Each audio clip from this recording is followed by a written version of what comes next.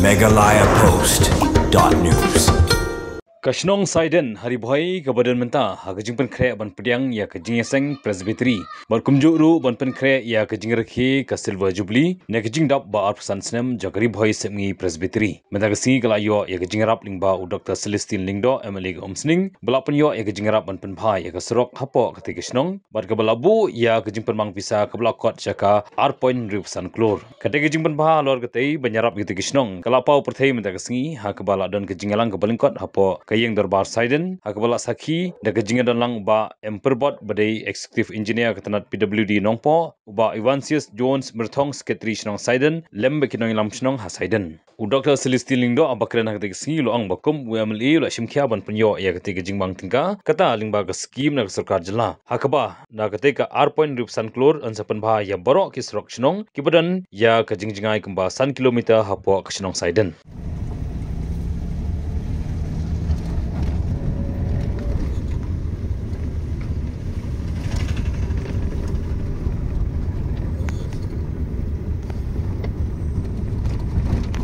Yang kesenong, benengkong ni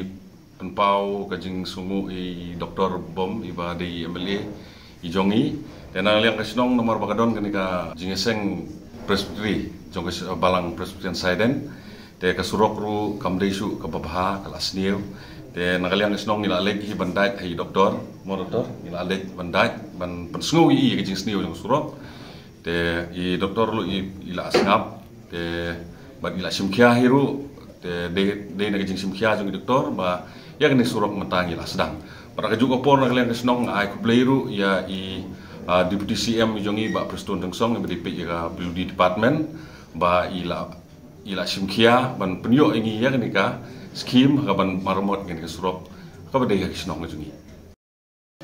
de kajing kendu jonga bat kesnong kathau kila pensngeu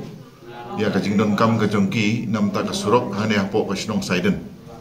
kam tam bagandon kane ka presbytery bat kataru along ka silver jubilee jong ka presbytery ka mansolong hane apo snong lada kam don kata kajing sengru kane kasnong kala don kam kirki ban maramot bat ban yo katto katne ki benta surok thamai hane apo kasnong